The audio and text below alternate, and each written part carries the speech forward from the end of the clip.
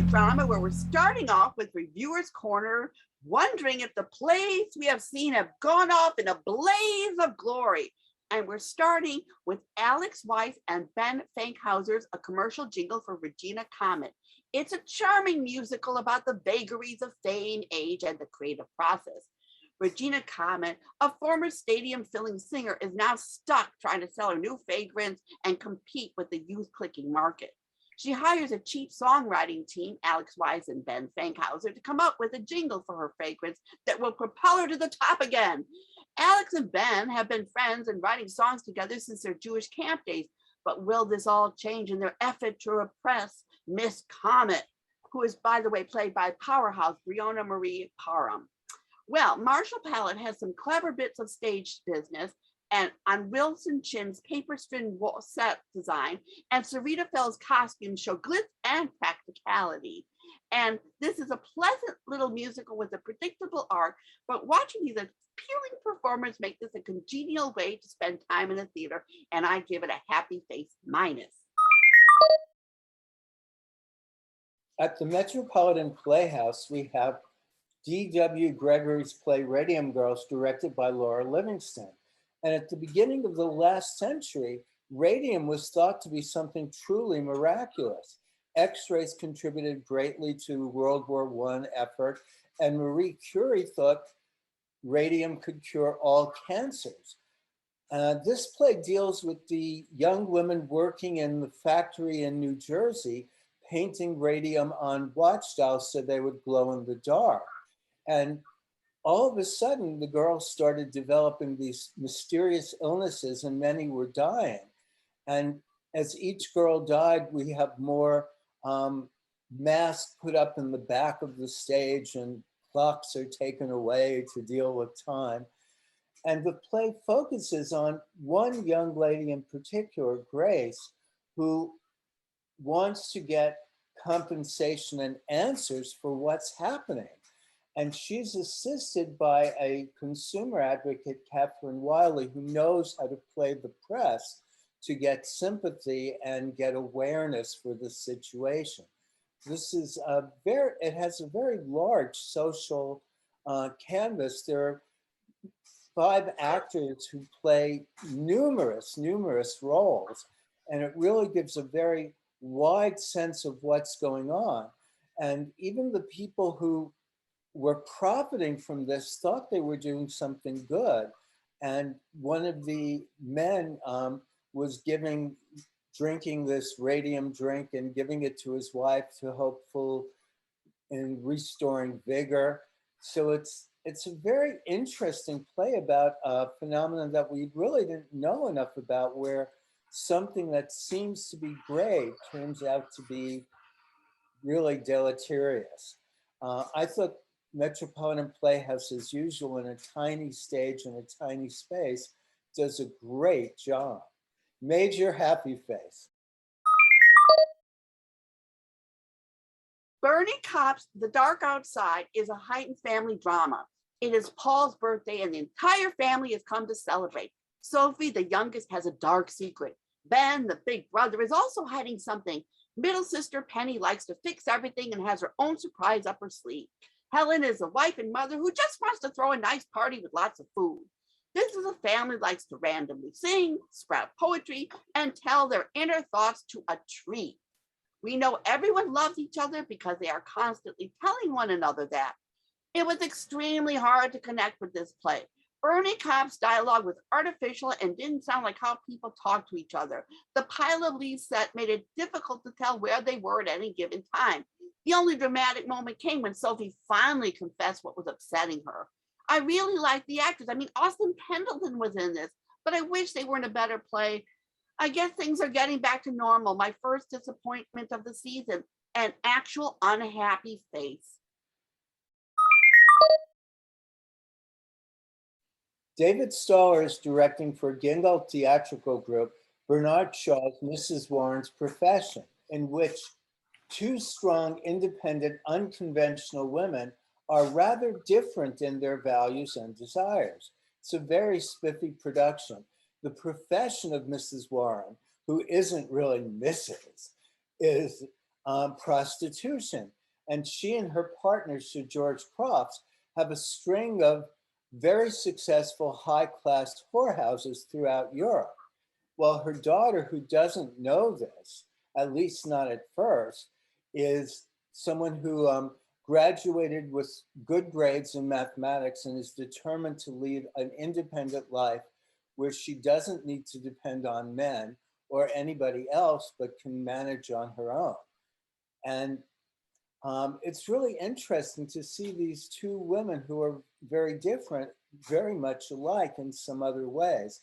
And Karen Ziemba plays it with really no nonsense and is bored with provincial life, hopes that her money can get a good marriage for her daughter and lead to respectability and maybe have someone take care of her in her old age when she can't really work the whorehouses anymore. I thought it was a very spiffy production. I loved the set, and I really thought all the performers were really good. So this is another happy face for me. I had trouble with the character of Vivi. She just didn't garner much sympathy for me. And I found myself wondering why anyone would want to marry this curmudgeon unless it was for her youth and her mother's money. And I should be admiring Vivi as she is taking advantage of her brain to get ahead while her mother traded on her looks and good business sense to succeed in a world that is set up to degrade women in the working class. I actually liked Freya. He was so flamboyant. He saw only beauty and art in his observations. And I gotta say, the Reverend didn't act like a reverend at all, and his past might come back to haunt the kid. But David Stoller knows how to bring out the best elements in Shaw, as he has been bringing us the entire Shavian works for many, many, many decades. I give it a happy face minus, despite those flaws. And Robert Cuccioli is in it, and it's fun seeing his jaded character. Theater for a New Audience is back with the interrupted Will Eno's Gnit that I was so looking forward to seeing before the pandemic. And then I'm so happy it was able to return. You have no idea. I am obsessed with Peter Gynt. Anyway, Will Eno's Gnit has cracked the indecipherable code of Ibsen's Peer Gynt, that epic tale of selfishness and possible redemption. Peter's mythical self-involvement is a real worry to his mother, who needs him to look after her in poor health and poverty, but he always gets around her with his ability to make up stories. On his road to others' ruin, he kidnaps a bride, impregnates a real elder's daughter, and causes his mother to lose everything but his old sweater. Even falling in love with the always faithful and waiting Solway doesn't prevent him from chasing after something intangible like his true self, or running away from what his true self has done. At least Pippin, who also thought of himself as extraordinary, was at least looking for a purpose. This was just my favorite thing I will see ever in my entire existence on this planet. I absolutely love this. And there were some brilliant passages, like when he meets, a disembodied voice, which may be the God, maybe the devil. It says, I'm the thing in between things, the space between spaces, the little lack of sound between words. It gave me goosebumps. Will Eno has managed to keep the poetical essence of Gynt without the rhyme, but plenty reasoning behind Peter's action to finally make sense and not be such jarring scenes to encompass his full circle life. Oliver Butler has taken the spirit of this play with the heavenly cast to keep the pace hovering between humor and poignant moments, philosophy and cheekiness, resignation and hope. Joe Kernip's Peter is a truly obnoxious individual, but he manages to infuse him with moments where we can see flashes of humanity, like when he is a kid playing with various objects and concludes, we're all the wrong thing, but here we are together. Deborah Headwell is like every mother, as we love our kids despite constant disappointments and always worrying what went wrong. And Jasmine Batchelor is not some simpering fool waiting for Peter to come back to her, but finds contentment in her own way that has nothing to do with Peter. And in the end, Mother and Solway find what eludes Peter. Jordan Bello and Christy Escobar were brilliant portraying all the various people that come in and out of Peter's life. And David Shiv was hilarious portraying an entire town, huge crowds, mobs, and families. It was so brilliant. And Kimi Nishikawa was raising the roof, and Nordic Hilly sets were phenomenal with Asta Benny Hostetter and Avery Reed's costumes that had to be changed in the blink of an eye and be eye-catching, which they were. Amit Chandrashka's lighting felt like nature itself was on stage, and the subtle sound design of Lee Kinney evoked the birds and otherworldly voices. Daniel Kluger's music contributed to the mood of the story. I have always been obsessed with Peer Gynt. I think because it's always been this puzzle where the pieces don't quite fit. But thanks to Will Eno, it finally does. Gnit and Peril Exit were the two shows that broke my heart when the pandemic canceled them. I was so happy that it came back. For once, something lived up to expectation. And this play will be the highlight of the season for me. And there won't be anything better than this. This gets a beyond happy face. In fact, Jan just put happy faces all along the border. I mean, I cannot tell you enough to go see this, especially if you love Peer Gynt as much as I do. And I'm not even doing this justice. Anthony Piccioni is a young man we've been following for a while now. Almost as soon as the pandemic hit, he began experimenting with online platforms, and his company, Piccioni Arts, has since brought us the Talking It Out Festival, a series of short plays focusing on mental illness. The latest of these is scheduled to Zoom free of charge this evening, November 20th at 7. I've included the ticket link below, and I'd recommend it to anyone wanting to know more about this complicated subject.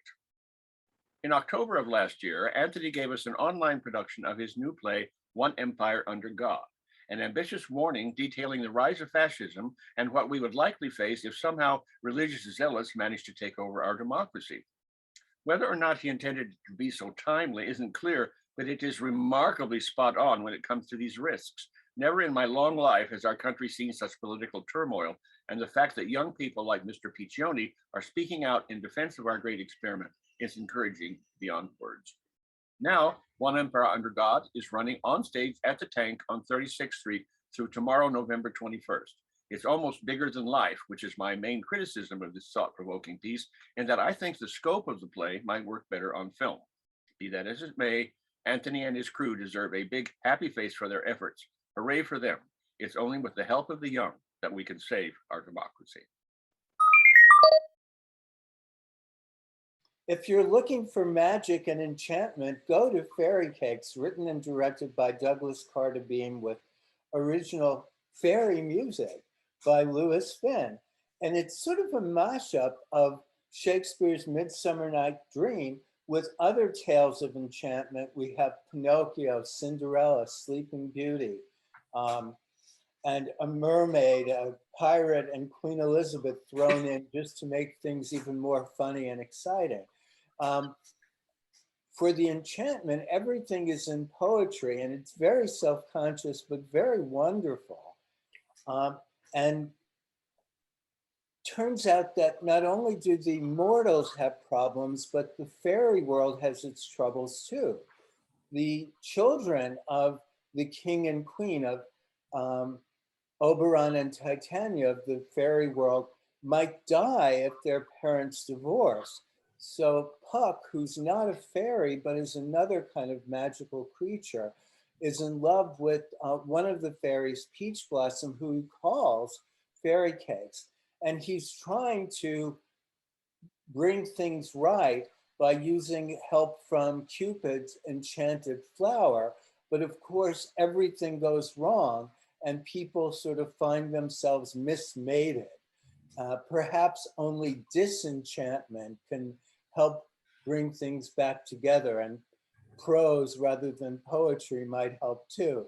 I thought this was like a really, really, really spiffy, high-class fringe production with superlative cast. So I enjoyed it immensely. I'm giving it a happy face. And I gotta say, I saw this the day before Mark, and I kept thinking, this is not Mark's play. Mark is going to absolutely hate this. This is my kind of play. So for Mark to be loving this play, which is, it's completely wild and out there. Oh my gosh, the costumes by Gorgeous. Gregory Gale with the wings and how they changed from these huge winged characters to, like, you know, pirates and Queen Elizabeth. I mean, and the way they brought Anne Hatter on as a mermaid was brilliant. I mean, the cast, like he said, was just incredible. I mean, you got Mo Rocca as Geppetto, and then you have Crystalline Lloyd as Peas Blossom, and Jackie Hoffman is so funny as Maud. I mean, she's just this wonderful sour character. And you know I adore Julie Halston. I mean, I miss Virgil Halston. And she got to play Titania and Queen Elizabeth with regalness. Arnie Burton have got to be, you know, the sort of like a Harpo Marx, you know, chasing after people as both the pirate and as the as Oberon. And Jason Tam looks very good in a gold loincloth. And we should say this, the set was also delightful with by Shoko Kambara and Adam Crimson. And Mark and I, our new favorite person, Kuhu Verma, who was Cinderella. We just love her to pieces. And the singing and everything about this, I mean, this was just so bloody delightful and funny and surprising. And I love Douglas Carter Beane. I mean, the man cannot write a bad play if he tried. Definitely a major happy face. Everything goes right. It's truly enchanting.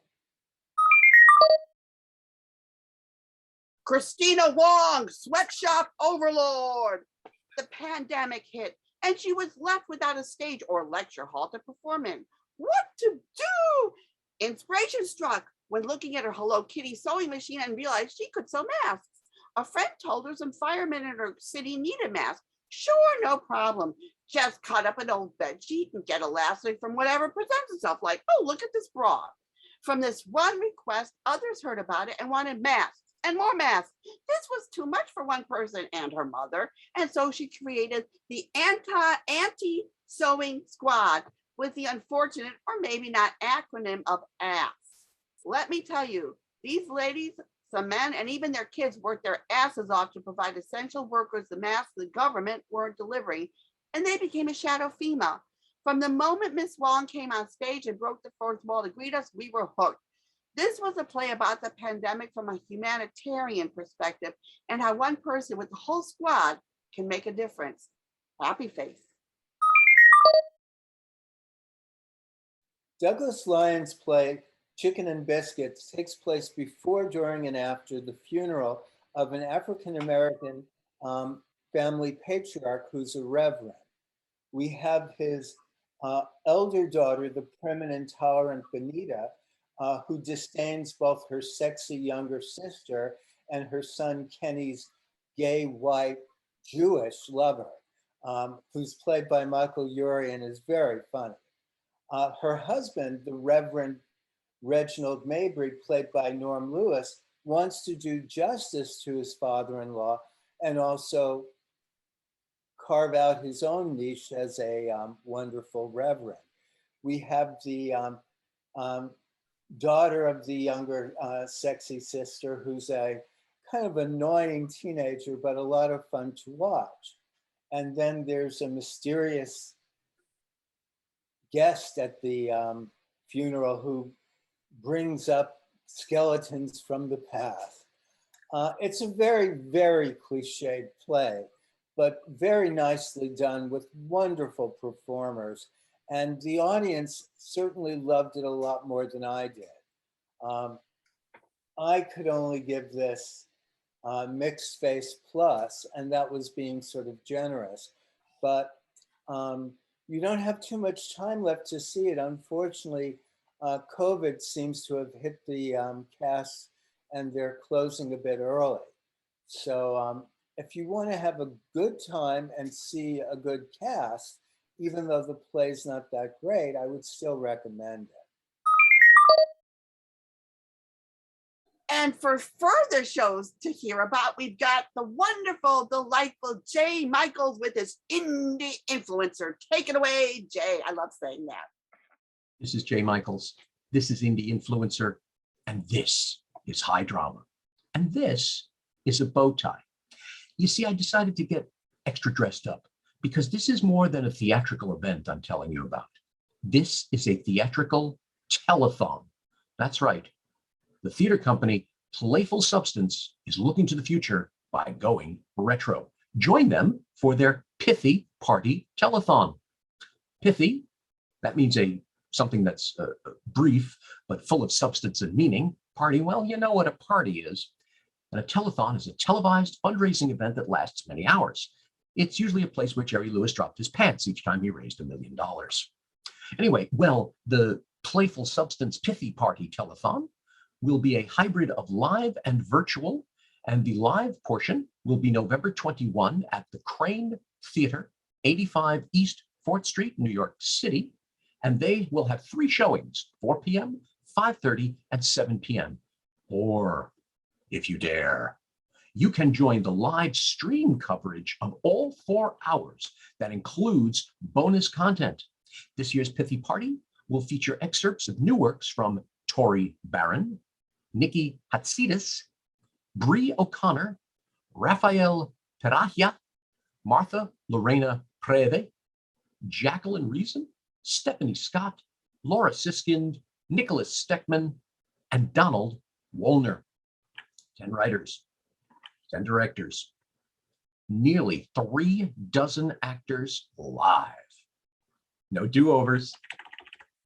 Find out more at playfulsubstance.com. There you can get ticket information, donation information, and all sorts of other good things about Playful Substance and their telethon. Now, if you'll excuse me, I have to go. I think Jerry's about to drop his pen. No, Dean Martin's coming. Can't wait. All right, this is Jay Michaels. This is Indie Influencer. This is High Drama. And there's Frank Sinatra. Gotta go. And finally, I get to share some things from Paris where I was at Craig Carlson's Breakfast in America, and I talked to his waitress, Denise Landvend, who was recently in Emily in Paris. So here they are at the restaurant. Yay! Ta-da! Here I am with Craig in Paris in Breakfast in America. And here's Denise. Who is the wonderful waitress who was in, I think I can say she's in Emily in America, so look for her. I was. Emily in Paris. Emily in Paris. The food they serve here is really good. I can attest to that. I just ate an incredible vegetable omelet. I absolutely love. After working here for 7 years, I still love it. And we often get guests who are visiting Paris and they've been here for weeks, and then they come here and they say, "Oh, we really just wanted a taste of home." And they come here, they have our food, the breakfast burritos, the pancakes, and then when they're done, always they say, "Oh, that reminded us of home. That was really good." So for me, that's just a confirmation that it's the real deal. Yeah. Why? Because I still have some work to do. Don't tell me. Don't tell. I was gonna say don't tell the boss, but he's right. Thank you, Denise. So here we are at Breakfast in America. I can't believe you're finally here because we met each other in New York and then we've done a Zoom and here we are now in actual Paris. I know. I never thought I'd make it back here, especially during COVID. It's been insane. Yeah, exactly. But I just had the most amazing vegetable omelet. Oh my gosh. There's peppers and the potatoes and the home fries and the omelet everywhere. It's just fresh and all fresh ingredients and American-sized portions. Yes, so and I got a pancake to go, of course. So I will eat that on my Eurostar. Nice, look at that, wonderful. And it's a lovely little place, and it's right off of St. Paul. It's easy to get to. I did not get lost trying to find it, which is amazing. Yeah, like Denise was saying, it's a great location right here in the Marais, and the Metro Line 1 stops right in front of us. You get off the Metro, you can practically see our sign from the Metro. Just have to walk a few feet. And and this is actually This was the second restaurant. The first one opened 19 years ago in the Latin Quarter, 19 years in January. It will be 19 years. And this one opened 3 years after. So this opened 2006. So 15 going on 16 years. And it's very popular, as you can see. Yeah, right now we're just wrapping up lunch, but we had a little bit of a lunch rush. But our big days are Saturday and Sunday, just like a diner in America, especially Sunday. That's our big brunch day. And we usually have a nice big line right here to the right, but not today. Well, no, but I'm showing But if you're back on Sunday, yeah, exactly. And so if you're in Paris, please look us up for sure. And I have a couple of books about that experience of opening a restaurant in a foreign country as an American, who'd never had my own business and never owned a restaurant, of course. And so one's called Pancakes in Paris is the first book, and the second is Let Them Eat Pancakes. And you can get them both at your local bookstore or online, of course. And it's full of humor, like a David Sedaris type humor, observations, cultural observations, obviously food and what it's like living in France. For an American, I'm married to a Frenchman, so I have that half of my family now is French. A great mother-in-law French mother-in-law who spoils me with her wonderful cooking. Especially escargots. Escargots are one of her specialties from Burgundy. And so it's a nice, rich, full life I have here in France, and I write about that quite a bit in my books. So if you're interested, and if you ever dreamed of moving to France, which a lot of people do, this is like almost a self-help book on how to do that. And so there you go. Craig Carlson, a success story, American success story in Paris. There you go, yeah. Can't do better than that. Yeah, that's a perfect way to put it. Yeah, I lived the American dream in France. Well, thank you. And just a few other things we want to mention. Closing tonight are the pool plays at New Ohio Theater with David Greenspan, and closing November 21st is the Antelope Party. We're seeing November 16th. Mothers, Myths, Monsters, Matrophobia, On the Beauty of Loss, and also the Barbara Cons that came to the castle, which I saw already, the reviews already on Facebook. Closing November 28th is Nollywood Dreams that we're going to on November 24th. Odd Man Out, we're going November 17th. Kiki and Herb are going to be at BAM on November 30th to the December 4th, and December 5th, I'm going to see The Visitor. And there's so much going on, and I can't get to it all, but go to the Facebook page, all the information is there. And see you December 4th. Yes, everybody, happy holidays, and I hope everyone sees some wonderful, wonderful things.